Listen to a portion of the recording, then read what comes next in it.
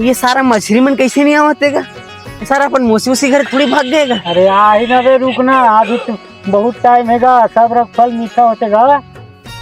वो अपन मोसी गले आके धर धर धर धर धर। ये हैगा अरे मन लागो झोला ला, ये दे बड़े बड़े मन अपन मोसी घर लाके दिशा लागते यहाँ जा।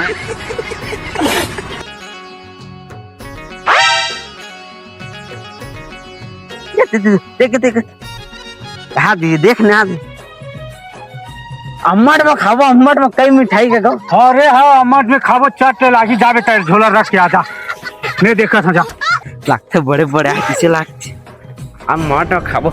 ये दादा माँ कसम बोला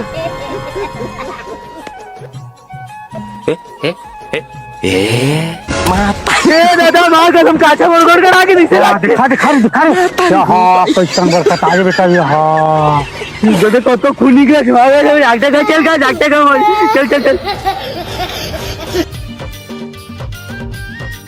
देख तो ये लड़का गोड़ कटा गएगा। 95 प्रकार के जड़ी बूटी बनावत हो तो गोड़ के घा गोदा एक बार में चट ले मारही।